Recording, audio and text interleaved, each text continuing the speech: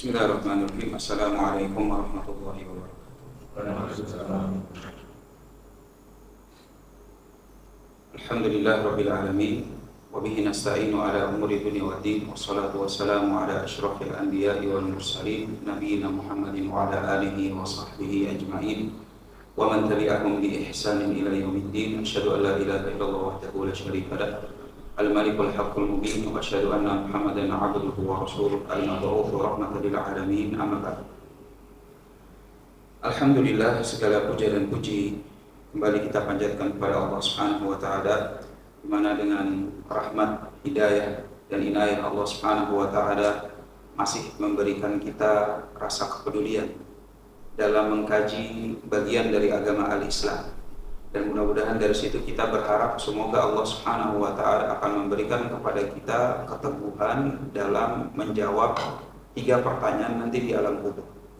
Karena kita sama-sama mengetahui bahwa nanti ketika kita ditanya di alam kubur dengan 3 pertanyaan tersebut, maka yang menjadi patokan atau ukuran itu adalah bukan apakah sekarang kita hafal atau sudah tahu jawabannya atau tidak, tetapi yang menjadi patokan itu adalah bagaimana nanti Allah Subhanahu wa taala akan memberikan keteguhan bagi hamba tersebut dalam menjawab 3 pertanyaan di alam kubur. Makanya Allah Subhanahu wa taala berfirman, "Yutsabbitullahu alladziina aamanu bil qawli tsabiti fil hayatid dunya."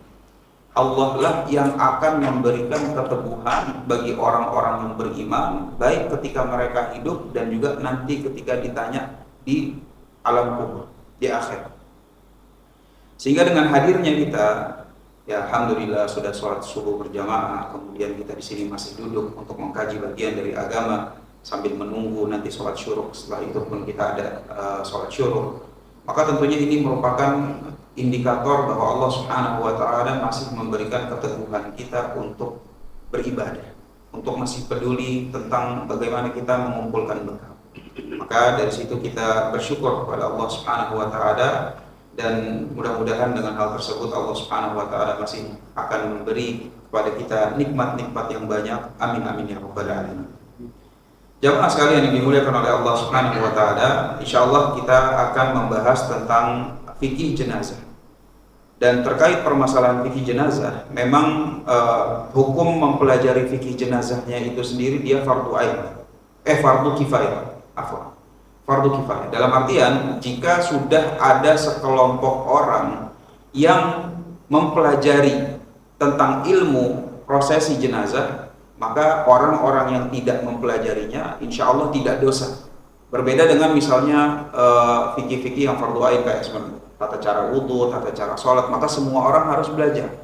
Tetapi memang dalam permasalahan fikih jenazah yang diwajibkan itu cuma sekelompok orang.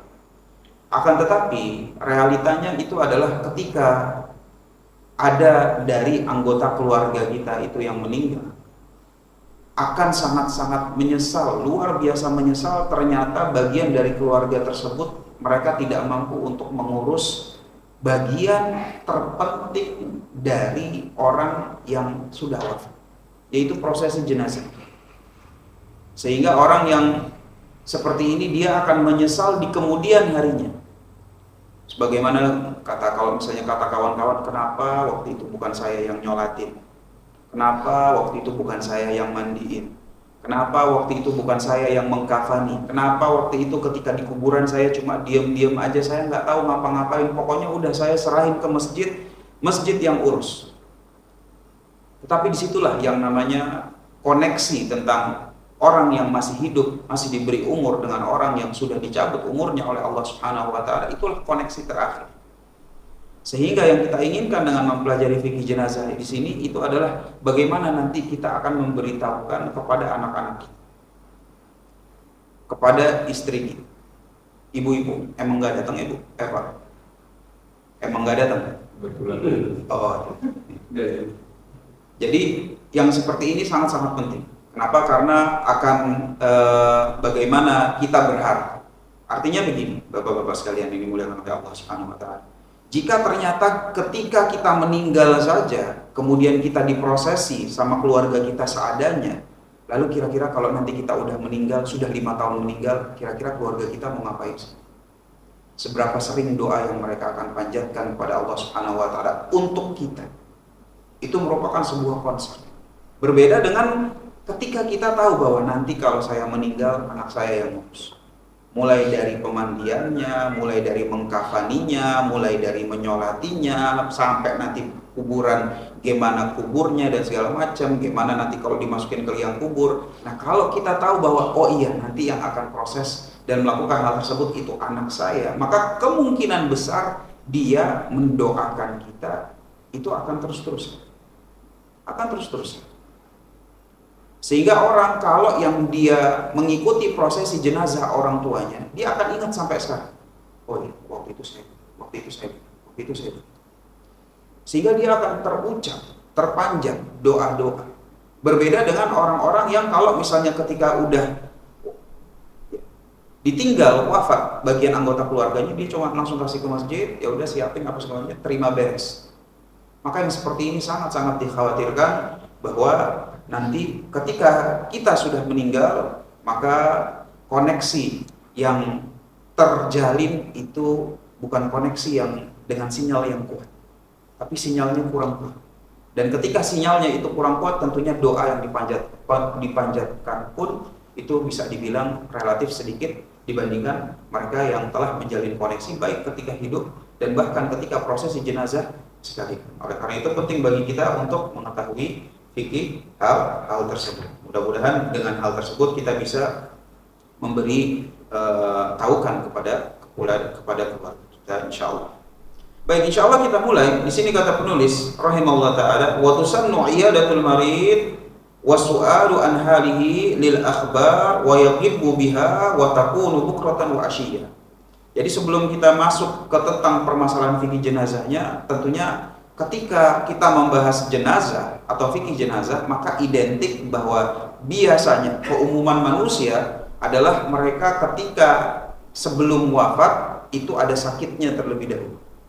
Ada sakitnya terlebih dahulu. Oleh karena itu di sini akan disinggung tentang permasalahan sunnah untuk menjenguk orang sakit. Sunnah untuk menjenguk orang sakit. Ya tentunya hadisnya masyhur gitu ya, permasalahan menjenguk orang sakit di dalam al-Islam ini sangat-sangat banyak. Bahkan suatu pagi Abu Bakar radhiyallahu taala anhu itu ketika Rasul sallallahu alaihi wasallam itu berada di tengah-tengah para sahabat, maka Rasul alaihi wasallam itu menanyakan beberapa hal. Siapa yang sudah sedekah, siapa yang lagi puasa, siapa yang sudah melakukan demikian. Dan di antara yang ditanyakan itu adalah siapa yang sudah menjenguk orang sakit dan siapa yang sudah mengikuti prosesi jenazah. Karena tiap hari yang namanya prosesi jenazah ya ada aja sebenarnya. Tetapi dari situ kita mengetahui bahwa memang disunnahkan untuk menjenguk orang sakit. Selain menjenguk orang sakit, terkadang nih kita ketika jenguk cuma nengok doang apa segala macam, tapi basa-basinya ya rada kurang gitu. Padahal termasuk yang disunahkan itu adalah basa-basinya. Ketika Rasul alaihi wasallam menjenguk orang sakit itu ada basa-basinya. Ya basa-basi bahasa kita ya, bahasa Indonesia ya. Tentunya kalau Rasul alaihi wasallam kan itu semua ucapannya bisa jadi doa gitu ya. Tapi dari situ kita mengetahui bahwa gimana Pak kabar? Udah insya Allah cepat sembuh, insya Allah kayak gini. Ini menjadi penggugur dosa. Itu kan semuanya bermunculan ketika Rasul alaihi wasallam menjenguk orang sakit. La ba'sa tahurun insya Allah, syafaqallah. Udah insya Allah bentar lagi sembuh. Mudah-mudahan setiap dosa yang punya sama kita itu akan tergugurkan dengan sakit-sakitnya. Itu kalau kita memperhatikan konteksnya itu bagaimana tentang hangatnya Rasul Shallallahu Alaihi Wasallam ketika menjenguk orang sakit. Oleh karena itu di sini diingatkan oleh penulis bahwa ketika menjenguk orang sakit kita pun juga harus hangat dan bersikap hangat ketika menjenguk orang sakit. Ini merupakan bagian dari sunnah. Makanya wasu'alu an halihi lil akhbar, tanya tentang keadaannya, sunnah. Pak gimana kabarnya? Udah baikan? Kata dokter gimana? Kemarin katanya begini ya, sekarang aku lihat alhamdulillah udah sehat, udah bisa makan, udah kayak gini. Ini merupakan pertanyaan-pertanyaan yang kalau kita tanyakan kepada orang sakit, insya Allah mendapatkan pahalanya. Dan tentunya orang yang sakit seperti ini dia senang kalau ditanyain. Gimana Dil? Alhamdulillah udah baik. Kemarin kata dokter gini, iya sekarang dia udah enakan, makanan udah bisa masuk. Gitu. Ini memberikan rasa bahagia kepada orang yang kita jenguk ketika dia sedang sakit. Wa yaghibbu biha, dan merasa kehilangan. Dan ini pun juga merupakan sunnah. Sehingga kalau Nabi Shallallahu Alaihi Wasallam beberapa hari nggak lihat salah satu dari sahabatnya, dia akan tanya, si Fulan bin Fulan kemana? Kok nggak kelihatan? Sakit ya Rasulullah. Langsung dijemput. Jangankan yang Muslim, yang Yahudi aja, sebagaimana kisahnya yang masyhur di Mekah. Demikian. Ini Yahudi yang dulu yang biasa nimpukin, yang biasa nyelain saya, mana ya? Sampai segitunya Nabi SAW. Sakit ya Rasul itu. Si Yahudi itu, sakit, ya udah kita jemput. Sehingga dari sini kita mengetahui bahwa terkadang ketika ada orang yang udah lama kita nggak kelihatan, misalnya 3 hari, 4 hari, inilah mungkin seiring berjalannya waktu makin kesini kita harus akui kita makin egois. Udahlah, kita urusannya juga udah banyak. Udahlah, pusing ngurusin orang. Sehingga ketika ada orang yang betul-betul sakit sekalipun, kita merasa ya udah dari jauh aja. Kita dengar kabar, kita langsung bilang, ya syafahullah ya. Tapi itu ya udah cuma sekedar gitu doang. Tapi memang nggak ada rasa kehilangan dari diri kita. Itu makanya rasa ukhuwah atau penjalinan ukhuwah di masa sekarang itu bisa dibilang ya kurang. Nggak kayak dulu. Kalau misalnya dulu orang tua kita, kalau misalnya kita tanyakan ada temannya sakit, itu dijenguk, Pak. Dijenguk. Tetangga sakit, dijenguk, dikasih kirim buah. Setidaknya gitu, kirim ini, kirim itu, segala macam. Yang ini subhanallah mungkin udah jarang sekali. Udah jarang. Sehingga ini merupakan salah satu sunnah yang ditinggalkan. Sunnah yang ditinggalkan itu adalah merasa kehilangan ketika ada sahabat atau orang-orang terdekat kita kok udah mulai nggak kelihatan. Dan ternyata mereka itu sakit. Jadi ada rasa kehilangan. Kita tunjukin, ya Allah, kangen ya masih Pak Ful. Kalau ada dia tuh Masya Allah, kita ingat surga, ingat neraka. Dalam keadaan dunia juga dia Masya Allah, ngobrolnya seru, apa segala macam. Yang seperti ini perlu dijalin kembali supaya ukhuwah Islamiyah itu bisa lebih hangat. Wa takunu bukratan wa asyiyah, dan menjenguk orang sakit itu bisa kapan aja.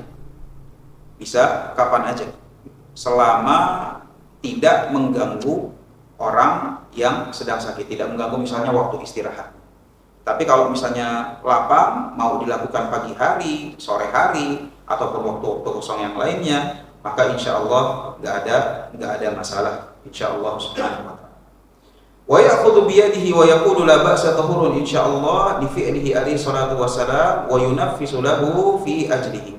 Jangan lupa kalau nanti misalnya kita datang menjenguk orang sakit, nah ucapkan apa yang diucapkan Nabi Sallallahu Alaihi Wasallam, ya, sebagaimana diriwayatkan oleh dalam Sunan Abu Daud bahwa Nabi Alaihi Wasallam kalau menjenguk orang sakit itu sambil megang tangannya kemudian mendoakan la ba'sa tahurun insyaallah. Udah insyaallah cepat sembuh dan sakitnya ini menjadi penggugur dosa. Seperti itu. Kemudian wa yunafisu lahu fi ajri. Jangan lupa untuk memberikan semangat. Kasih semangat, ayo Pak, semangat. Karena kita sama-sama tahu bahwa orang kalau sakit tapi dia masih semangat itu cepat sembuh. Berbeda dengan kalau misalnya dia sakit tapi secara psikologisnya dia juga udah nggak semangat. Maka sakitnya itu kemungkinan makin parah atau bisa makin lama. Ya kan, makanya kalau kata-kata orang tua kita dulu, kalau sakit dibawa manja, ya makin sakit gitu. Sedangkan kalau misalnya enggak nih, mau sembuh nih, mau sehat nih, mau ini nih, besok juga sembuh, nah insya Allah benar. Karena memang secara, ya kalau kata kata psikologis zaman now gitu ya, bahwa segala sesuatu yang kita alami di badan kita itu sebenarnya banyak bersumber dari keadaan bagaimana psikologisnya kita. Ya, cuman itu teorinya mereka gitu ya. Tapi sedangkan kalau di dalam Islam memang dianjurkan untuk memberikan semangat kepada orang yang sakit. Ayo Pak, insya Allah bisa. Insya Allah bentar lagi kok. Ini udah enak, udah enakan dan segala macam. Maka yang seperti ini sangat-sangat dianjurkan kepada orang yang menjenguk orang sakit. Li khabarin rawahu Ibnu Majah, sebagaimana Diriwayatkan oleh Ibnu Majah an Abi Sa'id dari Abu Sa'id, fa inna dzalika la yaruddu syai'a wa yad'u lahu bima mar. Kenapa? Karena memang diriwayatkan dalam Sunan Ibnu Majah bahwa Nabi alaihi salatu wasallam itu menjenguk dan memberikan semangat dan juga mendoakan tatkala menjenguk orang sakit. Wa yusannu tadhkiruhu at-taubata li annaha wajibatun ala kulli hal wa huwa ahwaju ilaiha min ghairihi. Nah, jangan lupa ketika menjenguk orang sakit itu untuk mengingatkan taubat. Untuk mengingatkan taubat. Nah, ini yang terkadang kita luput ketika kita menjenguk orang sakit, kita nggak ngingetin tentang permasalahan ibadah. Tentang permasalahan ibadah. Jadi ada salah satu kawan dari orang tua Ana, subhanallah, ibu Ana cerita, itu Pak Fulan itu udah beberapa tahun belakangan itu udah masya Allah, umurnya udah tua, belum bisa ngaji tadinya, kemudian dia memutuskan untuk serius ya dalam beragama, belajar ngaji, udah masya Allah jadi sholat dan segala macam. Baru sekitar 2 pekan yang lalu masuk ICU. Dan subhanallah ketika masuk ICU, si bapak ini justru ya, dia sadar bisa makan tapi malah nggak sholat. Malah nggak sholat. Itu ibu Ana langsung bilang, itu harus ada yang kasih tahu. Karena betapa ruginya orang yang udah berusaha untuk taubat, berusaha untuk menjaga sholatnya, berusaha untuk bisa baca Quran, di akhir-akhir hidupnya justru malah tiba-tiba dia di ICU nggak sholat. Ya, kita nggak tahu umur gitu ya. Tiba-tiba misalnya dia dicabut umurnya dalam keadaan misalnya dia justru malah meninggalkan sholat, ya percuma dong yang kemarin udah diperjuangkan. Sehingga penting bagi kita ketika menjenguk orang sakit untuk mengingatkan tentang taubat, mengingatkan, Pak, Bu, jangan lupa sholat ya. Oh iya, tenang aja nanti ada wudhu siapa. Wudhu ada yang ngambilin, kalau misalnya dia nggak bisa bangun ke wudhu ada yang ngambilin, Pak, Bu, ada anak saya atau misalnya itu ibu kita atau orang tua kita temenin. Supaya apa? Supaya buat nanti yang bagian ngambilin wudhu dan segala macam. Kita nggak tahu orang kalau misalnya ya udah mau wafat, ya tentunya sakitnya itu semakin lama semakin parah dan keadaan dia untuk melaksanakan sholat makin banyak tantangan, makin banyak challenge. Kemudian yang berikutnya itu adalah wal wasiyata liqaulihi alaihi salatu wasalam, ma haqqu mri'in muslimin lahu syai'un yusi bihi yabitu lailataini illa wa wasiyatuhu maktubatun indahu, muttafaqun alaihi an Ibnu Umar.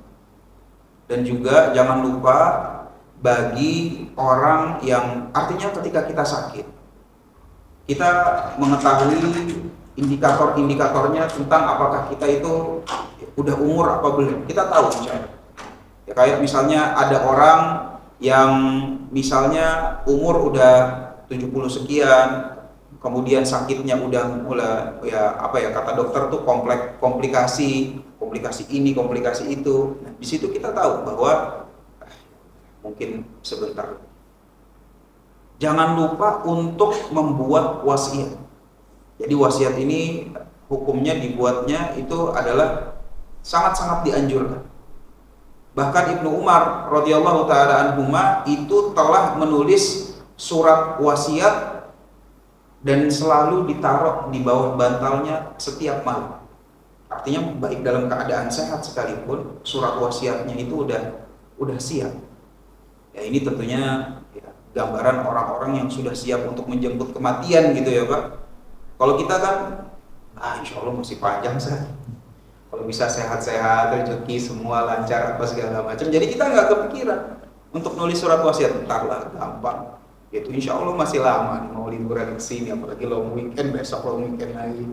Alhamdulillah masih panjang insya Allah. Gitu. Tapi kalau misalnya orang yang sudah siap menjemput kematian, maka ini adalah orang-orang yang memang sudah mau pulang, Pak. Gimana sih orang udah kangen sama kampung halamannya? Sehingga segala sesuatu yang memang tanggung jawabnya dia di dunia, dia berusaha untuk tunaikan. Nah, termasuk di sini kata Nabi Shallallahu Alaihi Wasallam, sepatutnya seorang Muslim itu memiliki wasiat yang sudah ada ditaruh di sisinya. Jadi Ustadz sekarang udah ada wasiat, ya anak pun juga belum tulis sih Pak. Harusnya tulis. Cuma ya somehow Itulah keimanan kita bertingkat-tingkat gitu ya. Terkadang kita janganlah gitu. Mau nulis pun ngeri kita. Mau nulis pun ngeri, Pak. Sama kayak kita kalau mau belanja kain kafan tuh ngeri. Aduh, jangan-jangan habis belanja beneran kejadian gitu. Karena kita nggak siap. Karena memang keimanan kita itu belum siap untuk menjemput kematian. Jujur aja. Bekal masih sedikit, Pak. Bekal masih sedikit, dosa masih banyak. Sehingga terkait permasalahan yang seperti ini, buat wasiat, belanja kain kafan, atau memesan kafling kuburan, nah itu mungkin masih jauh. Jangan dulu, kalau bisa jangan dulu. Jangan. Yang kita minta apa? Yang kita minta selalu umur panjang, berkah dalam ketaatan, rezeki lancar lah, memang itu. Ya demikianlah. Salah enggak? Enggak. Cuma kita harus introspeksi bahwa ya demikianlah, keimanan kita masih di level itu. Nah, kita introspeksi, tinggal gimana caranya kita usaha untuk berusaha menjadi lebih baik. Wa idza nuzila bihi ay nazala bihi malakul mauti li qabdi ruhihi sunna ta'ahudu arfaqi ahlihi wa atqahum li rabbih bal halqihi bima'in aw syarabin aw nadim syafataihi. Nah, ini termasuk permasalahan yang genting. Dalam artian kalau ternyata orang yang kita jenguk itu merupakan orang yang kita tahu umurnya sudah pendek, bukannya kita mau mendahului Allah Subhanahu wa taala, tetapi indikator-indikator tentang umur itu ada. Mulai dari umurnya dia udah tua, kata dokternya kayaknya udah susah, Pak, udah ini, Pak, udah begitu, Pak. Maka yang seperti ini penting. Supaya nanti kalau ini kejadian dalam keluarga kita tahu apa yang harus dilakukan. Maka saat itu hendaknya ruangan tempat dia sakit itu dibikin sepi. Jangan rame. Yang menemaninya itu adalah orang terdekatnya. Apakah istrinya, apakah anaknya, apakah ya mungkin sahabatnya yang luar biasa dekat, tapi dia harus ditemenin. Dan ditemeninnya itu jangan rame-rame. Kalau bisa cuma satu orang, ya maksimum mungkin 2 orang. Tugasnya apa?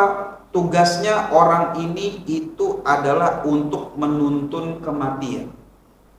Dan kematian, diantara kematian yang terbaik itu adalah kematian yang di ujungnya itu adalah ucapan la ilaha illallah. Sehingga kalau memang dia udah merasakan sakratul maut, kita juga udah bisa melihat mungkin kakinya itu udah dingin, nafasnya udah susah, dari mesinnya juga udah mulai angkanya itu rendah. Maka yang seperti ini ditemani oleh satu orang terdekatnya, dan dia bersiap-siap supaya menuntun orang ini mengucapkan la ilaha illallah. Kalau misalnya dia bibirnya kering, bibirnya dibasahi. Ya namanya orang kalau udah mau sakratul maut rata-rata setengah sadar gitu ya. Setengah sadar. Kalau bibirnya kering, bibirnya dibasahin. Kemudian kalau bisa diberikan air minum sedikit-sedikit. Ya mungkin bisa dipakai sendok atau pakai gelas supaya bisa minum dikit-dikit. Supaya apa? Supaya nanti ketika dia sadar, kita bisa langsung nuntun dia untuk mengucapkan la ilaha illallah. Di sini kata penulis, laqanihi la ilaha illallah diqauli sallallahu alaihi wasallam laqinu mautakum la ilaha illallah, rawahu Muslim. Hadis dalam Sahih Muslim bahwasanya kata Rasul alaihi salatu wasallam, orang yang kalau udah mau wafat tolong dituntun, ditalkinkan untuk bisa mengucapkan la ilaha illallah. Kenapa? Karena kata Rasul alaihi salatu wasallam, man akhiru kalamihi la ilaha illallah dakhalal jannah. Barang siapa orang yang akhir ucapan hidupnya itu adalah la ilaha illallah, masuk surga. Sehingga kalau keadaan genting seperti ini jangan dibikin ramai. Terkadang di sebagian keluarga ketika misalnya kakeknya udah mau meninggal gitu, semuanya dipanggil. Cucu-cucunya juga masuk. Cu, gimana cu? Kakeknya jadi nanya, gimana cucu? Udah sekolah lancar? Gak penting, Pak. Gak penting. cucu-cucu, anak-anak, pokoknya segala seorang orang yang mungkin ya nggak ada pengaruhnya untuk mentalkinkan la ilaha illallah, tunggu di luar. Kalau bisa kamar kunci aja, biar dia sama satu orang di situ. Pilihannya dia, orang yang paling dekat dengan dia siapa? Istrinya jika masih ada mungkin, atau anaknya yang mungkin yang paling dekat dengan dia yang selama ini merawatnya dia sakit. Udah satu orang aja. Dan orang inilah yang nanti akan menuntun dia la ilaha illallah. Karena kita nggak kebayang ketika ini kan masa terakhir. Masa yang kita betul-betul harapkan orang ini bisa wafat dalam keadaan husnul khotimah. Tapi ternyata orang-orang justru malah datang segala macam, cucu-cucu lah. Ya namanya cucu-cucu datang otomatis kan ya berisik, ya suasananya jadi ceria gitu. Padahal sebenarnya suasana jangan ceria. Gimana caranya kita tuntun supaya ini orang yang bentar lagi udah mau wafat itu bisa melafalkan la ilaha illallah. Sehingga nanti ini yang seperti ini kita kabarkan ke keluarga kita. Ini kira-kira yang mau temenin kita itu siapa? Ya biasanya kalau suami ya ada istri, atau enggak ya mungkin ada anak yang paling dekat sama kita. Kita kasih aja ke seluruh keluarga kita. Gini loh ma, gini loh nak. Ini nanti kalau misalnya bapak udah mau meninggal, tolong kalau udah sakaratul maut jangan rame-rame. Dituntun untuk mengucapkan la ilaha illallah. Mama kalau masih sehat, mama yang tuntun papa ya. Nah, kalau misalnya udah nggak ada, kita kasih tahu.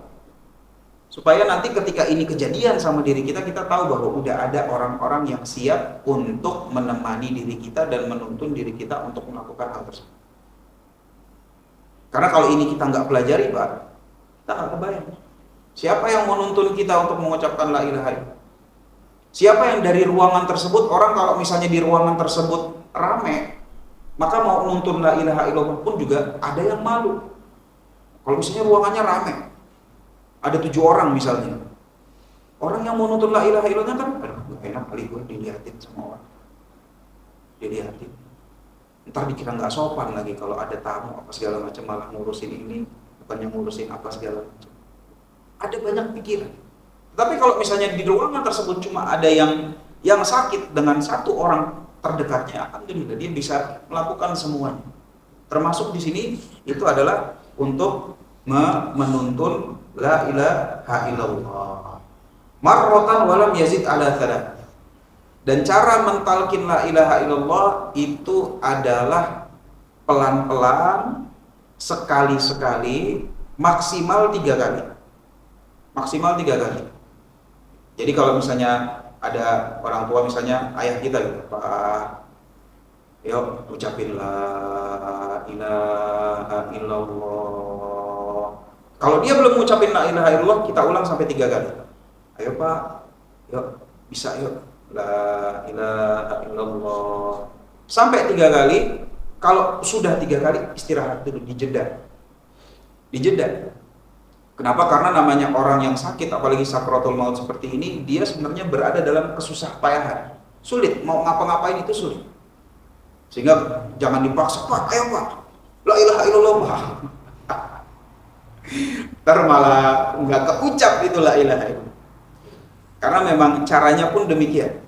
Kita kasih tuntunan, ya kan, pelan-pelan, la ilaha illallah. Dan diulang sampai 3 kali. Jangan sering-sering.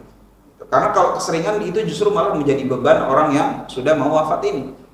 Jadi setelah 3 kali mungkin kita jeda, ya kan, sekitar 10 menit, ulang lagi, Pak, dicoba lagi ya, yuk, la ilaha illallah, terus seperti itu, sampai dia bisa mengucapkan la ilaha illallah.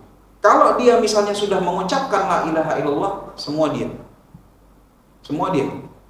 Jangan ada yang kasih masuk, nawarin makan, apa segala macam, nggak ada. Kalau udah ngucapin la ilaha illallah ya, tiba-tiba dia misalnya ngucapin la ilaha illallah, diam, kita juga diam, orang nggak ada yang boleh masuk, pokoknya udah stop semuanya. Kita mau itu adalah bagian terakhir dari hidupnya. Tapi ternyata kalau misalnya illa ayatakallama ba'dahu fayu'idu talqina. Tapi kalau ternyata setelah dia mengucapkan la ilaha illallah, dia ngucapin yang lain, kayak misalnya dia kemudian beberapa menit setelahnya atau mungkin setengah jam setelahnya dia bilang haus. Maka yang seperti ini kita ulangi. Kita kasih air dan segala macam. Setelah kita kasih air, kita ulangin lagi talqin. Kita tuntun lagi untuk la ilaha illallah. Sehingga yang seperti ini, Pak, ini kayak kerjaan full time sebenarnya. Kerjaan full time. Sehingga terkadang kita tuh subhanallah, heran ketika ada orang tuanya yang masuk ICU, anaknya di rumah. Ini nggak kebayang gitu. Kita jujur anak nggak kebayang. Ya terus yang nemenin siapa? Ntar kalau kenapa kita ketika tiba-tiba drop. Terus kita harus jalan dari rumah apa segala macam. Kita nggak tahu umur yang mau nuntun siapa. Ini kerjaan full time, Pak. Gitu. Makanya kalau misalnya ada yang udah sakit dari keluarga kita udah siap-siap. Kerjaan ntar dulu, yang lain ntar dulu.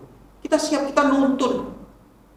Ngucapin la ilaha illallah, dia ngucapin, dia apalagi segala macam, atau misalnya dokter visit, setelah selesainya, ulang lagi. Ayo ma, ayo pak, yuk la ilaha illallah. Terus, kerjaan full time. Dan harus ada yang siap. Dan kita yang masih hidup sekarang seperti ini kira-kira siapa yang? Kita kan harus tahu. Harus punya pegangan. Nanti yang siapa yang begitu kayaknya istri saya. Si anak ini mungkin dia bisa. Dan kita tahu bisa. Tapi kalau yang satu itu, aduh, bro. Udah datang alhamdulillah. Tapi kalau dia misalnya gitu ya, kita tahu, ini kayaknya sulit. Tapi orang-orang yang siap untuk, karena yang seperti ini kan membutuhkan kesabaran. Luar biasa, harus sabar dia. Harus sabar dan harus sayang sama orang yang mau wafat. Kalau nggak sabar, nggak sayang, aduh susah Pak. Susah. Jangankan masuk ICU lagi sakit di rumah aja, terkadang ada anak-anak yang males nengokin orang tuanya. Via WA aja nggak ditanya. Orang tua banyak yang seperti ini. Anak saya nggak pernah WA, nggak pernah nanya. Padahal hari sebelumnya dia udah bilang, mama sakit, aku nggak enak badan. Tapi besoknya ya udah begitu aja. Ini merupakan ya, renungan bersama. Bahwa nanti ketika kita ada di posisi ini, kita harus punya pegangan. Setidaknya ada satu orang yang siap untuk menemani kita, sabar, dan menuntun kita untuk mengucapkan la ilaha illallah. Karena kita sama-sama tahu bahwa untuk mengucapkan la ilaha illallah di keadaan demikian, ini keadaannya berbeda dengan ketika kita sehat. Sangat-sangat sulit. Karena kalau ini sebenarnya mudah dilakukan, nggak perlu tuntunan. Nggak perlu Rasul alaihi salatu wasallam bilang, tuntun untuk mengucapkan la ilaha illallah. Kalau memang mudah gitu ya. Kalau mudah kan sahabat akan bilang, ya ngomong sendiri juga bisa kali ya Rasul. Gitu. Tapi kita sama-sama tahu bahwa ketika udah sakratul maut seperti ini, mau ngomong aja, itu sulitnya setengah mati. Sadar aja dalam 24 jam itu mungkin hitungan menit. Kan gitu ya. Maka yang seperti ini udah sangat-sangat genting, sehingga kita butuh yang namanya bantuan dari orang-orang terdekat. Mulai dari sekarang mumpung kita hidup, coba kita bicarakan sama orang terdekat kita tentang permasalahan ini. Sebelum kita ngomongin yang lain, kita perlu diskusi yang seperti nanti. Kalau misalnya aku udah mau begini, jangan lupa kamu yang sabar. Begini loh, koridornya begini. Kalau nanti aku udah ngucapin la ilaha illallah, kamar kunci apa segala macam, pokoknya yang bukan urgen udah nggak usah. Biar itu menjadi ucapan terakhirku. Tapi kalau nanti misalnya aku ngucapin yang lain, beresin semua, jangan lupa untuk ngulangin, menuntun lagi supaya bisa la ilaha illallah itu keluar kembali dan menjadi ucapan terakhir. Kemudian yang berikutnya itu adalah ketika misalnya orang itu nggak sadar. Kalau nggak sadar, maka orang-orang yang ada di sekitarnya itu membacakan Al-Quran.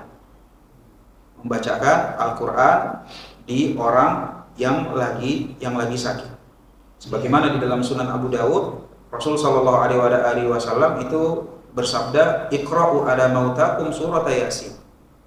Bacakanlah surat Yasin kepada orang yang sudah mau wafat. sudah mau wafat. Jadi memang keadaannya itu sakaratul maut ya, sakaratul maut, sakit nggak sadar apa segala macam, koma. Nah ini yang seperti ini. Jadi kalau memang nggak sadar, ya kalau kata dokter, kebetulan karena ayahku itu meninggalnya itu stroke. Jadi selama hampir 2 pekan tuh ya jarang sadarnya.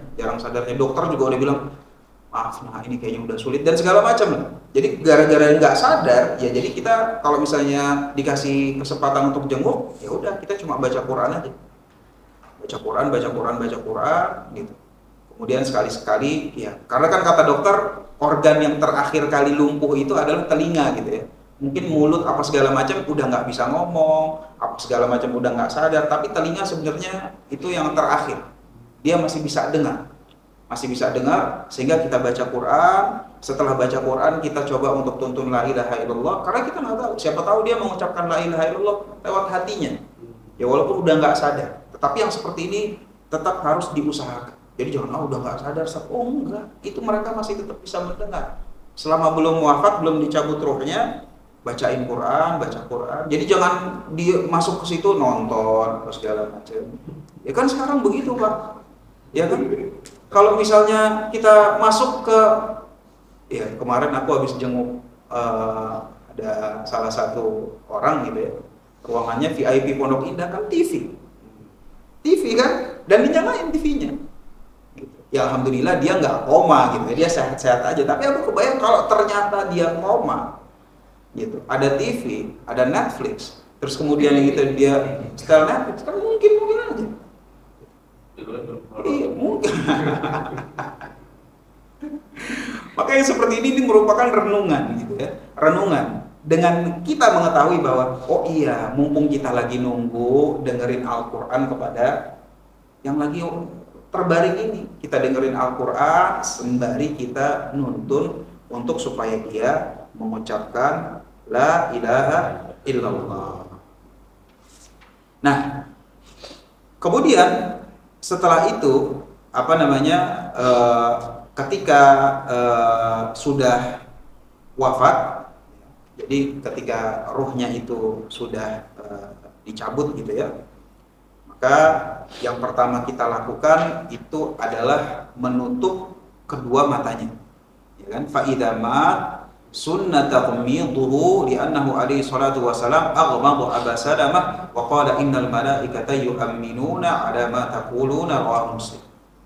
Jadi yang pertama ketika orang ini wafat, kita tutup matanya. Ya biasalah, tutup matanya dan tutup rahangnya. Sebagaimana ini kata Rasul alaihi salatu wassalam. Tutup, ya kan? Kemudian ini, dan jangan lupa peluk. Jadi ketika wafat dipeluk. Kalau di sini kata Rasul alaihi salatu wasallam, Rasul itu ketika Abu Salamah meninggal, Rasul pun memeluk dan sambil berdoa di situ. Di dalam Sahih Muslim. Dan ketika kita memeluk sambil berdoa, maka di situ innal malaikata yu'minuna ala ma taqul. Para malaikat itu sedang mengaminkan apa yang kita lagi doa. Jadi jangan nangis histeris dulu. Jangan, ntar dulu, ini malaikat lagi ada di sini. Ya kan, ketika dia sudah wafat, peluk, doain, kemudian tutup matanya dan juga tutup rahangnya. Kenapa? Karena kematian itu memiliki rasa. Makanya namanya sakaratul maut, itu artinya sakarat itu rasa sakit. Makanya ketika Rasul Shallallahu Alaihi Wasallam itu sedang demam parah, kemudian beliau alaihi salatu wasallam itu meminta kepada Aisyah radhiyallahu taala anha untuk tolong diambilin air, mau pres, tolong ambilin air. Maka ketika sudah datang, ada handuknya, Rasul alaihi salatu wasallam kemudian mengompres dirinya sendiri. Kemudian Rasul alaihi salatu wasallam itu sambil berbicara, ala inna lil mauti lasakar. Sesungguhnya kematian itu ada rasa sakit. Ada rasa sakit. Sehingga orang yang ketika dia wafat, ketika ruhnya itu dicabut, maka kenapa rata-rata matanya terbelalak dan mulutnya itu menganga? Itu rasa sakitnya, Pak. Itu rasa sakitnya yang harus dia tahan. Sangat-sangat jarang kita melihat ketika wafat kemudian senyum gitu ya. Ya kecuali yang keadaan-keadaan spesial, misalnya syahid fisabilillah. Ini karena Rasul alaihi salatu wasallam udah bilang, orang yang mati syahid dari awal kali darah itu tertumpah di medan jihad sampai nanti dia wafat itu semuanya udah beres urusannya. Ya tapi kan ya keadaan keumumannya ya kita wafat kayak begini gitu. Keumumannya gitu ya, sakit, kemudian datang malaikat maut mencabut ruh.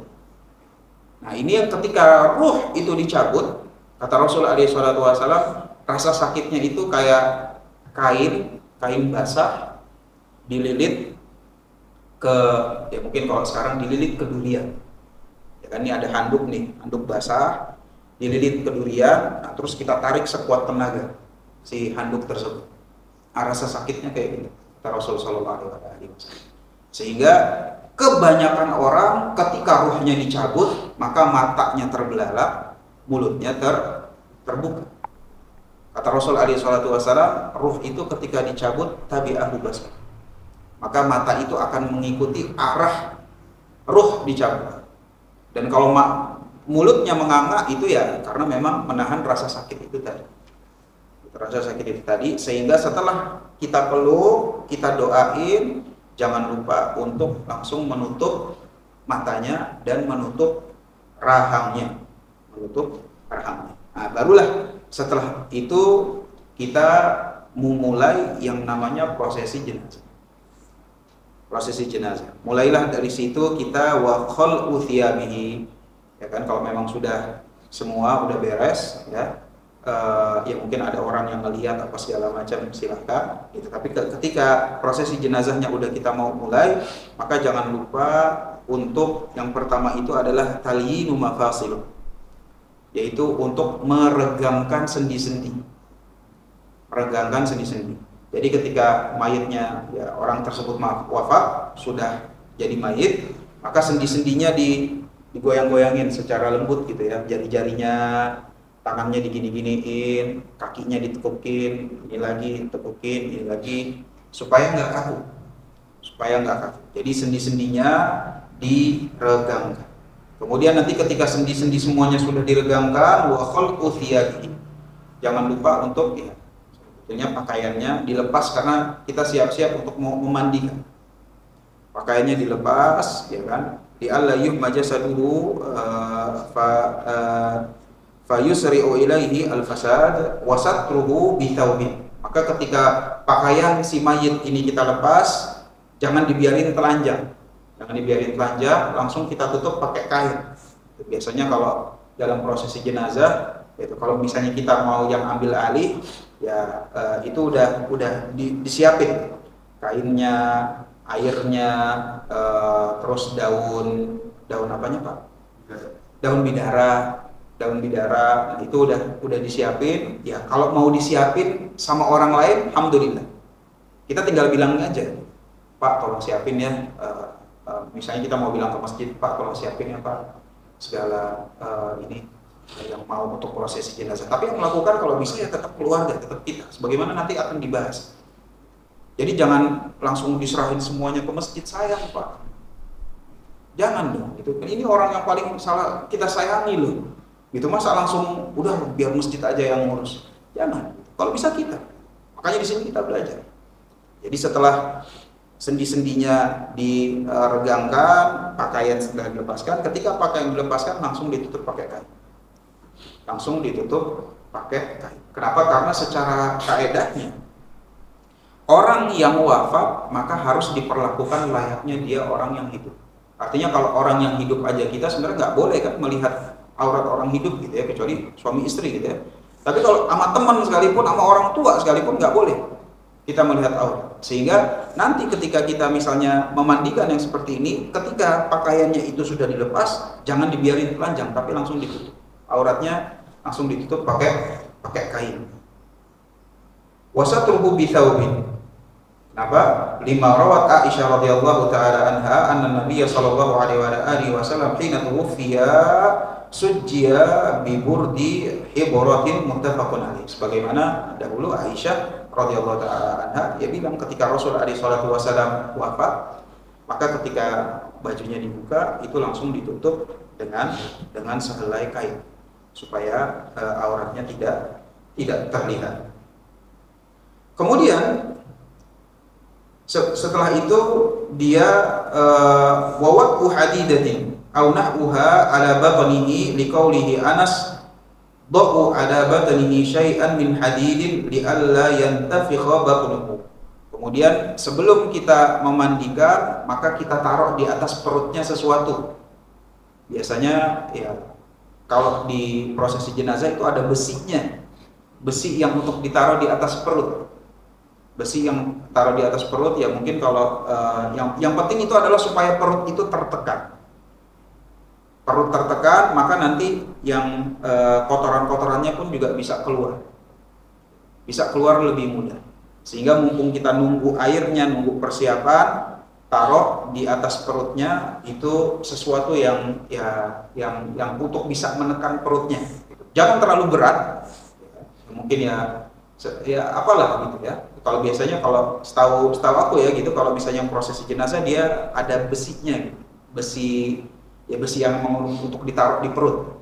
Besi untuk taruh di perut supaya perutnya tertekan dan kotoran-kotoran yang ada di dalam perutnya itu sudah siap keluar. Maka setelah itu baru kita wawaquhu ada sariri ghuslihi, baru kita masukin ke keranda pemandian jenazah. Jadi keranda pemandian jenazah sudah disiapkan, ketika semuanya udah ready baru kita pindahin mayitnya, jenazahnya, maka yang seperti ini mutawajjihan munhadiron nahwa rijlaihi. Jangan lupa ketika mau dimandikan jenazah, dia posisinya itu jangan telentang tapi dia seperti ini gitu. Jadi kayak nyender supaya kotorannya lebih mudah untuk keluar. Karena kalau telentang nanti susah. Jadi diposisikan nanti karena kan biasanya yang keranda pemandian mayat itu kan biasanya kayak tempat tidur rumah sakit gitu ya. Tempat tidur rumah sakit, bagian punggungnya sampai sininya itu bisa diangkat seperti ini. Jadi diposisikan seperti ini. Jangan terlalu tegak gitu, tapi ya kayak senderan. Gitu. Mungkin sekitar 45 derajat, 30 derajat gitu, supaya ketika dimandikan pun kotoran-kotorannya lebih mudah untuk keluar. Kemudian di sini kata Rasul sallallahu alaihi wasallam wa isra'u tajhizihi in mata ghairu faja'atan. Qauli sallallahu alaihi wasallam la yanbaghi li jifati muslimin an tuhbasa baina dhahranai ahlihi, rawahu Abu Dawud. Bahwa sunnahnya secara defaultnya orang itu di prosesi jenazah itu secara makin cepat makin baik. Jadi kalau misalnya dia wafat pagi-pagi, kalau bisa zuhur itu udah selesai. Makin cepat makin baik. Dengan catatan orang yang wafat ini adalah wafatnya bukan secara tiba-tiba. Jadi kalau wafatnya udah melalui proses sakit, udah 2 pekan sakit, udah segala macam, maka ketika dia wafat, diproses jenazahnya secepatnya.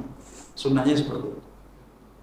Tetapi kalau ternyata orangnya wafatnya itu adalah tiba-tiba gitu ya.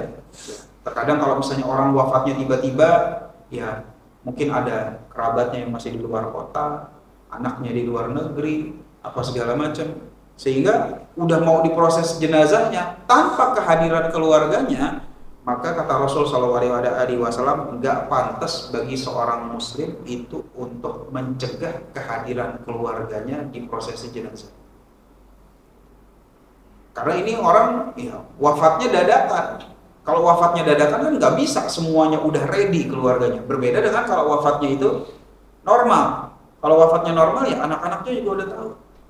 Bapak sakit, cepet deh ke Jakarta, bapak sakit, dirawat di sini apa segala macam. Datang dari Solo datang, Surabaya datang, semua udah datang. Ini kalau misalnya wafatnya normal. Tapi kalau wafatnya tiba-tiba, jantung misalnya, kan kemarin sehat-sehat, sekarang kena jantung, beberapa jam setelahnya wafat. Yang ada di Solo mungkin lagi kerja, yang ada proyek, mungkin ada anaknya yang kerja di Dubai apa segala macam. Yang seperti ini anaknya belum datang terus kita tiba-tiba udah siapin, gitu. Nah ini seperti ini nggak patut. Jadi anaknya tiba-tiba udah datang, jenazahnya udah dibungkus kain kafan, udah rapi, udah siap ke kuburan, sholatin apa segala macam udah kelar. Ya anaknya pasti sedih lah. Kok gue datang udah beres semua, Sehingga memang di satu hadis Rasulullah SAW itu menganjurkan kepada kita untuk mempercepat prosesi jenazah. Karena kalau misalnya dia itu orang baik, maka insya Allah biar cepat dapat pahalanya, ya kan? Kalau orang baik udah biar cepat dapat deh nikmat kuburnya. Tapi kalau misalnya dia orang buruk, ya supaya masyarakat sekitar juga udah emang kata Rasul begitu Pak. Gitu. Kalau orang baik biar cepat dapat pahalanya, kalau orang jelek ya udahlah biar masyarakat juga lega. Ya, kata Betawinya begitu kali ya. Jadi dipercepat proses. Ini memang secara defaultnya. Tapi kalau misalnya ternyata ada sebuah penghalang, ya kayak contoh misalnya dia wafatnya tiba-tiba atau yang sedemikian rupa, maka nggak apa-apa kita nunggu. Nggak apa-apa kita nunggu. Ya mungkin kalau misalnya zaman-zaman sekarang ini bisa nunggu sampai 2 hari lah. Nunggu sampai 2 hari. Kan karena dulu Rasul SAW pun dikubur juga nunggu beberapa hari sebelum dikuburkan. Kenapa? Karena memang ada keperluan. Kayak keperluan ya sahabat-sahabat yang masih di negeri Syam harus datang dulu diskusi siapa yang berikutnya menjadi khalifah dan segala macam. Nggak bisa lah pengen ngelihat Rasul SAW dan seterusnya. Tapi kan itu duduk yang mana transportasi mungkin rada sulit. Ya kalau sekarang ya insya Allah 2 hari udah cukup lah. Sejauh-jauhnya mungkin dari Amerika sekalipun 2 hari nyampe sih. 2 hari nyampe. Maka yang seperti ini nggak ada masalah untuk kita tunda ya dengan sabda Nabi SAW nggak pantas. Ada orang kerabat keluarganya belum datang, terus kita mau cepat-cepat seakan-akan mencegah kerabat keluarganya hadir dalam prosesi tersebut. Rawahu Abu Dawud.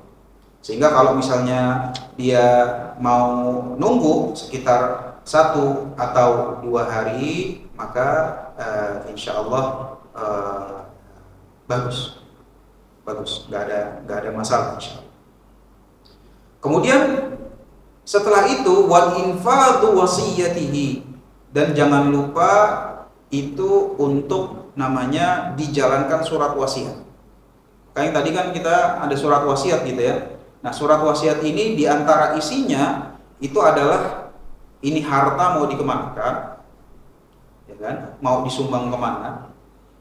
Kemudian masih ada utang, misalnya utang puasa, saya masih ada utang ini nih, utang apa segala macam, ditulis di situ saya masih ada utang ini, jangan lupa untuk bayar. Kalau misalnya dia bilang saya ada utang tapi utangnya utang puasa, harus bayar fidyah, ini uangnya. Pokoknya hal-hal yang terkait tentang permasalahan tersebut itu ditulisnya di wasiat. Sehingga warisan itu dibagi ketika wasiat itu sudah selesai. Kenapa? Karena wasiat itu di atas warisan. Di atas warisan. Jadi kalau misalnya ada orang yang dia mau mewasiatkan hartanya, ya mungkin dia nggak suka sama keluarganya ya, kita nggak tahu. Ini keluarga saya. Kalau misalnya dapat justru malah makin kemana-kemana gitu, udahlah saya wasiatkan harta saya untuk yayasan anak yatim dan duafa. Yayasan ini, gitu, Ar-Rahman. Gitu.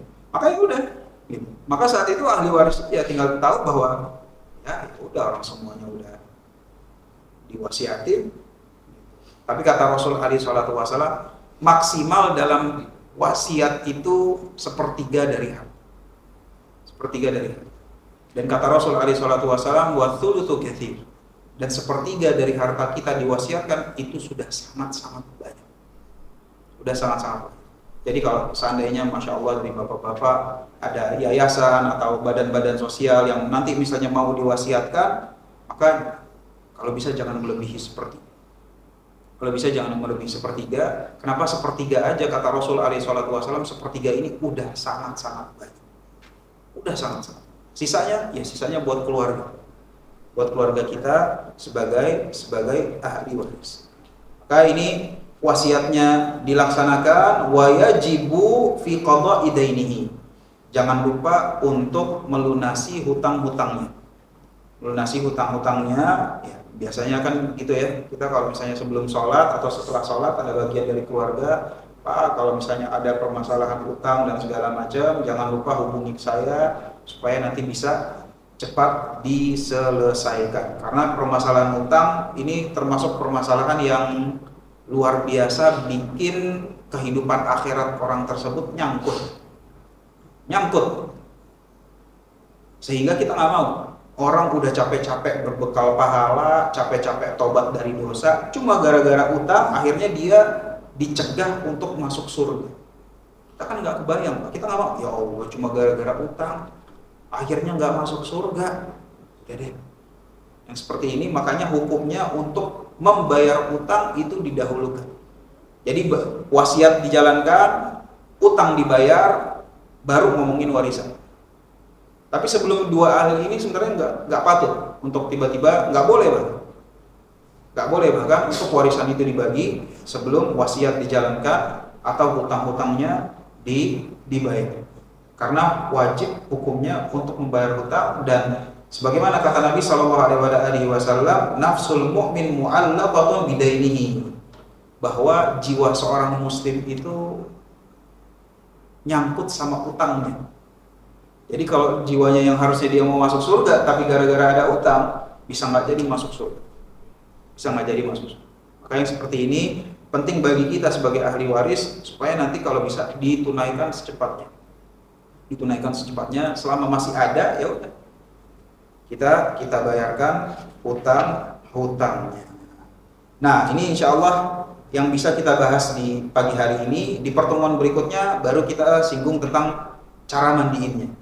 Mandiinnya mana dulu, kalau ntar tiba-tiba di tengah mandi masih ada yang keluar, diulang apa enggak, ulangnya dari mana, apa dari sirap, apa dari wudhu, terus yang mulut dan segala macam. Nah ini insya Allah kita akan bahas di pertemuan berikutnya insya Allah ta'ala.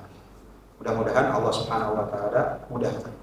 Sayang amat Pak, ibu-ibu nggak datang. Tadi aku kira bakal datang, karena bagus loh. Iya. Kalau datang bapak-bapak nggak perlu jelasin lagi ke istri-istri. langsung tahu gitu. Coba dia udah. Di share rekamannya gitu. Iya, share rekaman. Bang, ini bapak-bapak duluan sih Pak. Siap. Udah siap. Insyaallah. Jika ada yang ingin ditanyakan silakan.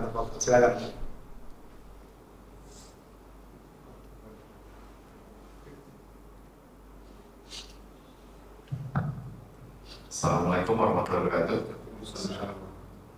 Semoga Allah terus memberikan berkah kepada Ustaz dan keluarga, dan juga kepada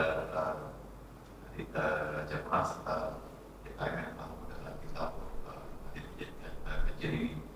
Yang saya baru dapat, ternyata kalau kita boleh ketika kematian itu datang tiba-tiba, menunggu kerabat untuk wakil untuk hadir sekitar 2 hari. Tadi yang saya mau tanyakan, ketika kita dalam posisi mau menunggu keluarga dekat untuk hadir, yang dikerjakan, maksudnya proses seperti apa, sejauh apa yang dikerjakan terhadap jenazah itu, sampai mandi atau sampai kapan menunggu atau karena kan tadi disebutkan keluarga yang dekat atau kecewa karena dia datang tiba-tiba udah selesai semua. Jadi yang sebaik itu sampai kapan apa dikerjakan sambil menunggu keluarga terdekat hadir. Baik. Jadi ketika misalnya dia wafat, otomatis dimandiin dulu. Jadi kalau masalah dimandikan dan dikafani, ini jangan ditunda. Kenapa? Karena kalau itu ditunda, makin kaku, makin susah. Tetapi setelah dimandikan dan dikafani, jangan langsung disolatin di masjid. Apa-apa kita tunggu sholat jenazahnya, kita tunggu dan mengkafani, selesai, udah dibungkus. Habis itu kita mau nunggu keluarga-keluarga pada datang, boleh insya Allah. Jadi nanti kalau keluarga semua udah datang, ayo deh kita sholatin jenazah bareng-bareng. Sholat jenazah bareng-bareng. Walaupun sebenarnya sholat jenazah itu kalau ntar misalnya udah kelewatan, mau sholatnya nanti di kuburan gitu, boleh-boleh aja. Karena kan sholat jenazah kan nggak ada ruku, nggak ada sujudnya. Dan Rasulullah SAW pun pernah sholat jenazah di kuburan. Itu sebenarnya boleh. Tapi yang patut kan kita pengen sholat jenazah yang nggak sendirian gitu ya Pak, bareng sama keluarga, ada adik, kakak, mama, apa segala macam semuanya dalam satu tempat. Ya karena di situ kita lebih khusyuk lah. Lebih khusyuk dengan kehadiran banyak orang-orang yang keluarga dekat kita ketika sudah di ini, sehingga setelah dimandikan dan dikafani, dari situ kita nunggu kerabat keluarga yang memang mau dari luar kota atau dari luar. Allah. Ya. Assalamualaikum warahmatullahi wabarakatuh. Waalaikumsalam.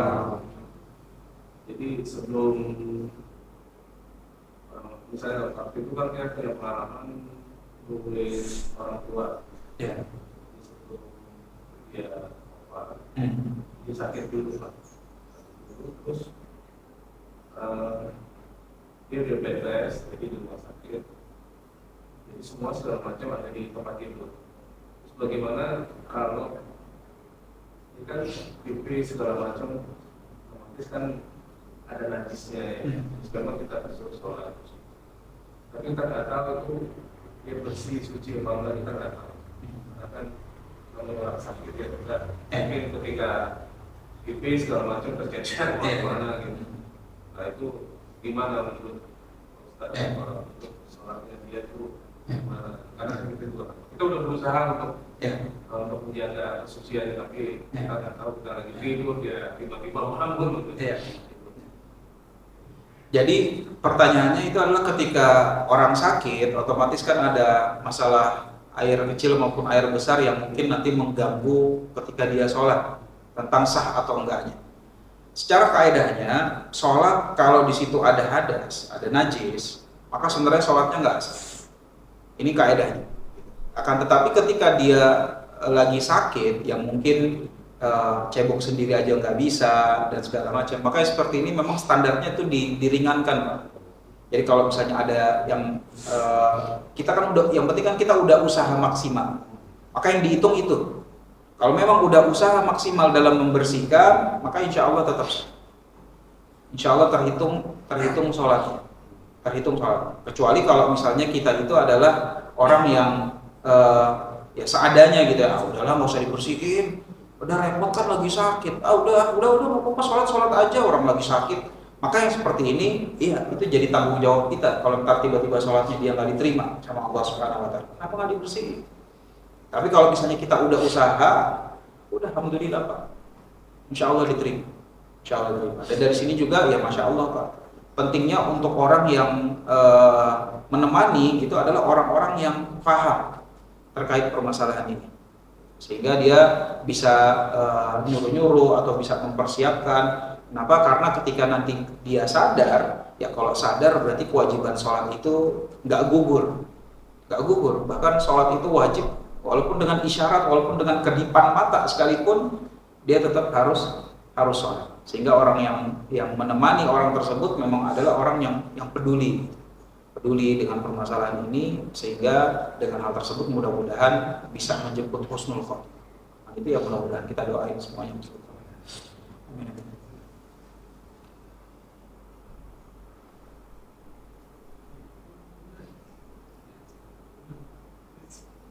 Ya, idealnya kan kita mempersiapkan kematian itu tadi membeli kain kafan, terus beli mungkin selama semenjak hidup udah beli kafling. Tapi kan mungkin kalau tidak dipersiapkan itu kan menjadi biaya, dan ketika nanti setelah menjadi jenazah itu, nah itu menggunakan uang jenazah si mayit yang mana sebelum bagi waris itu harus dipakai uang itu atau gimana? Ya. Jadi segala uang yang sebenarnya diperlukan untuk prosesi jenazah berasal dari uang si mayit. Betul. Kecuali kalau ada yang mau bayarin Pak, ini ya beda lagi gitu. Kan terkadang ada masjid yang memang mau membayarkan. Terkadang ada masjid yang mau membayarkan, ya silakan aja. Tetapi secara hukum asalnya dia dari harta si mayit, mulai dari kaflingnya, kafannya, kalau misalnya juga untuk mandiinnya ternyata nggak ada yang bisa, dia harus manggil tim dari luar dan segala macam. Makanya seperti ini dari uangnya si mayit. Ya Pak, betul.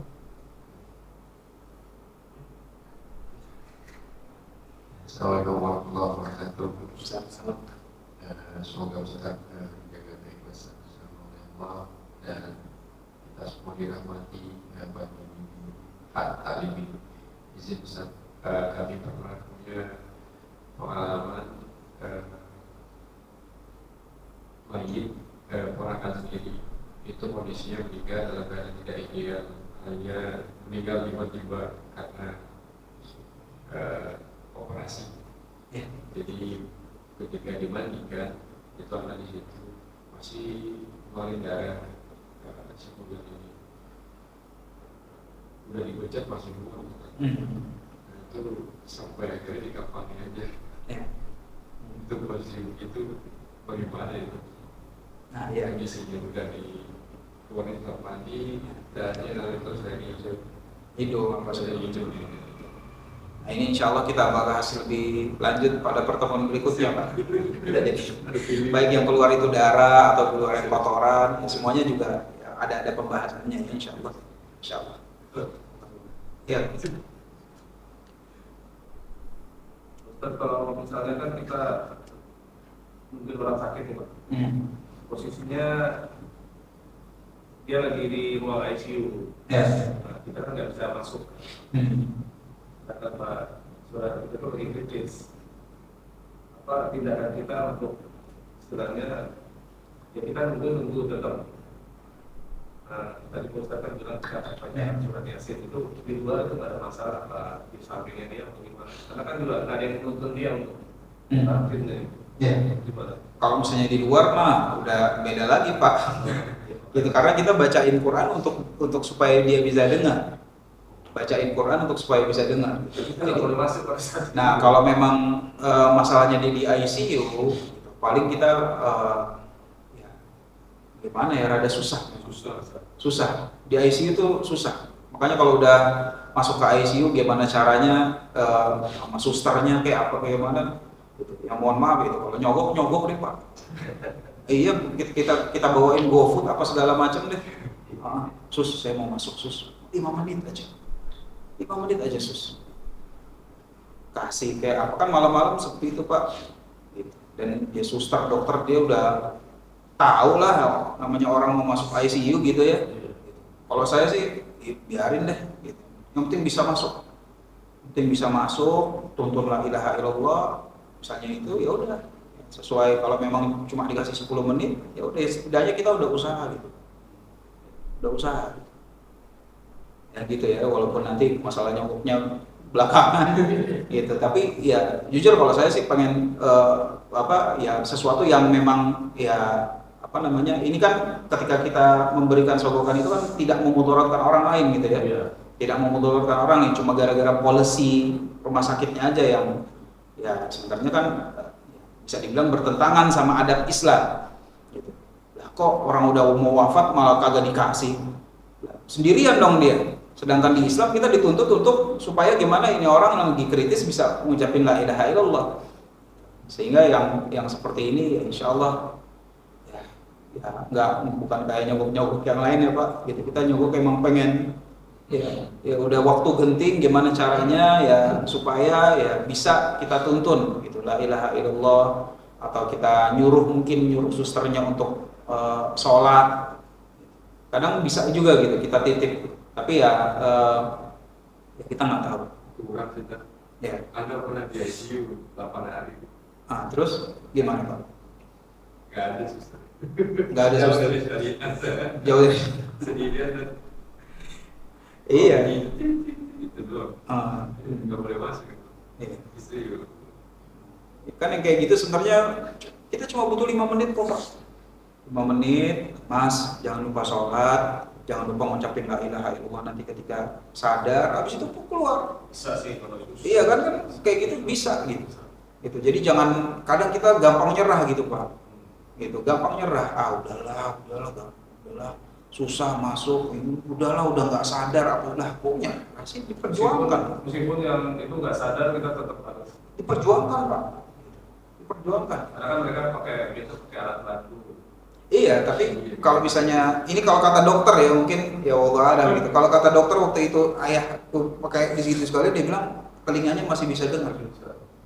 Telinganya masih bisa dengar. Jadi ya udah saat itu masuk baca Quran, tuntun la ilaha illallah, disuruh keluar ya keluar. Cuma 10 menitan, ya, alhamdulillah daripada nggak sama sekali sih. Iya. Ya, mending. Gimana kalau di ICU sendirian kan gimana sih Pak? Iya gitu, butuh yang ingat memang gitu di saat-saat seperti itu. Maka ya paling mahal lagi, nggak boleh masuk. iya benar juga Pak. Gitu, nah yang seperti ini ya kita harus perjuangkan. Kita perjuangkan dan jangan cepat nyerah karena ini ya, masalah genting, ini juga bukan masalah sepele gitu ya. Ini masalah gimana kita mau melepas orang yang paling kita sayang itu dengan pelepasan terbaik. Jadi bukan sepele. Allah. Ada lagi? Apakah ada amalan untuk agar kita nanti mudah ketika mau sakaratul maut mengucapkan la ilaha illallah, atau mungkin doa apa yang harus kita baca supaya nanti di ujung akhirnya kita bisa berkhotbah dan mengucapkan la ilaha illallah. Ya paling kita doa sama Allah Subhanahu wa taala mudah-mudahan dimudahkan. Ya kan kayak misalnya Allahumma ja'al akhira kalami la ilaha illallah. Ya Allah jadikanlah kalimat terakhirku di dunia ini la ilaha illallah. Atau mungkin yang Allahumma hawin alaina fi sakaratil maut. Ya Allah jadikanlah sakaratul maut itu diringankan untuk diriku. Maka ini bisa kita panjatkan gitu ya, sehingga ketika sakaratul maut itu datang kita masih alhamdulillah masih bisa mengucapkan, bisa apa, masih bisa berwasiat. Dan kalau kita misalnya perhatikan para ulama, para imam-imam dari kaum muslimin, sakaratul mautnya itu masih bisa ngasih wasiat. Gitu. Sebagaimana ketika Imam Ahmad rahimahullah taala ketika sudah sakaratul maut, ya ketika ada anaknya dan segala macam, dia bilang wahai Abdullah, wahai Mbak, gimana Mbak, udah siap istirahat? Gitu. Maka kata Imam Ahmad, belum. Selama ini 2 kaki belum masuk surga, belum ada istirahat. Masih terus kita berjuang gitu untuk bertakwa kepada Allah Subhanahu. Nah ini udah mau wafat Pak. Artinya kan kita tahu, kok beda ya Mas Bapak Fulan. Kalau yang udah mau wafat udah ngap-ngapan ya beda lah, kualitas ibadahnya juga beda gitu ya. Gitu. Jadi nggak bisa dibandingin. Tapi ini doa kita Pak. Doa kita ya Allah, mudah-mudahan bisa akhirnya kalimat kita la ilaha illallah, ya Allah mudah-mudahan sakaratul maut ringan dan segala. Nah, ini ya yang selalu kita doain sih Pak, gitu, dalam sujud kita, dalam tahajud kita. Itu. Silakan. Ya, yang tadi kita selalu tahu juga kalau pas ruhnya diangkat itu kita memeluk. Dipeluk. Itu kira-kira doa apa yang kita bacakan? Doa apapun Pak untuk si mayit. Allahumma arhamhu wa afihi wa afu anhu. Allahumma ghfir lahu. Ya Allah ampunilah dosanya, mudah-mudahan dapat tempat terbaik, limpahilah rahmat kepada dia. Itu keluarga yang ditinggalkan kesabaran. Ya doa yang biasa kita broadcast pas WA juga nggak apa-apa tuh Pak. Iya, jadi kita peluk. Itu kan sebenarnya doanya bagus gitu ya. Cuma gara-gara sekarang di WA semuanya copas-copas, orang jadi kurang kerasa dari sama value-nya gitu. Tapi sebenarnya value-nya tuh pas kita baca bagus loh ini doa. Nah itu pas kita peluk, ya kita bisa doain itu. Yang penting pas kita doain buat mayat ya Pak, buat diri kita. Ya Allah lancarkanlah rezekiku. Kalau gitu nggak nyambung gitu ya. Kita doain buat si mayit karena kata Rasulullah SAW ini malaikat lagi datang dan mereka mengaminkan doa kita pada saat. Jadi kita doa yang baik buat si mayit. Allah. Cukup? Oh siap. Assalamualaikum Ustaz.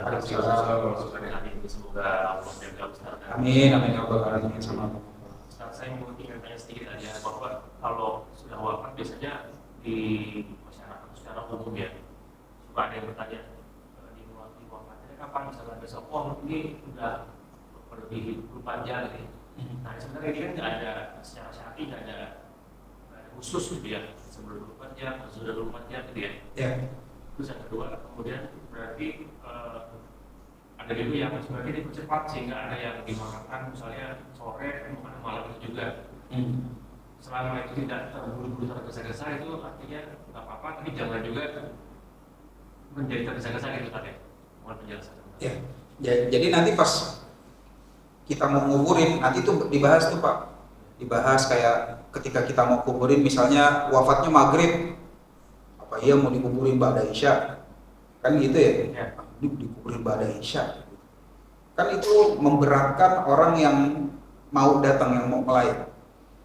Sehingga yang seperti ini nanti juga akan kita bahas ya, kapan boleh ditunda. Karena tujuan kita prosesi jenazah itu adalah gimana caranya kita ngumpulin sebanyak-banyaknya orang untuk ikutin supaya bisa doain. Gitu. Jadi kalau misalnya cuma sekedar oh ya udah yang penting cepat beres, ya kalau misalnya wafatnya ba'da maghrib, masa mau dimakamin jam 10:30 malam?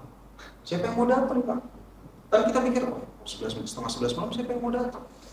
Udah tunggu besok habis zuhur kita sholatin. Habis zuhur orang udah dapat bapak fulan wafat, disolatkan besok ba'da zuhur di masjid. Nah ini udah dapat pengumuman, mereka udah siap. Wah insya Allah datang gitu. Sholat zuhur di sana. Jadi seperti itu nanti pertimbangannya insya Allah semoga kita bahas. Semoga dimudahi Allah. Oke, insya Allah kita cukupkan. Hada, wallahu a'lam bishawab. Wa sallallahu ala nabiyyina Muhammadin wa ala alihi wa sahbihi wasallam. Wa akhiru da'wana alhamdulillahi rabbil alamin. Assalamualaikum warahmatullahi wabarakatuh.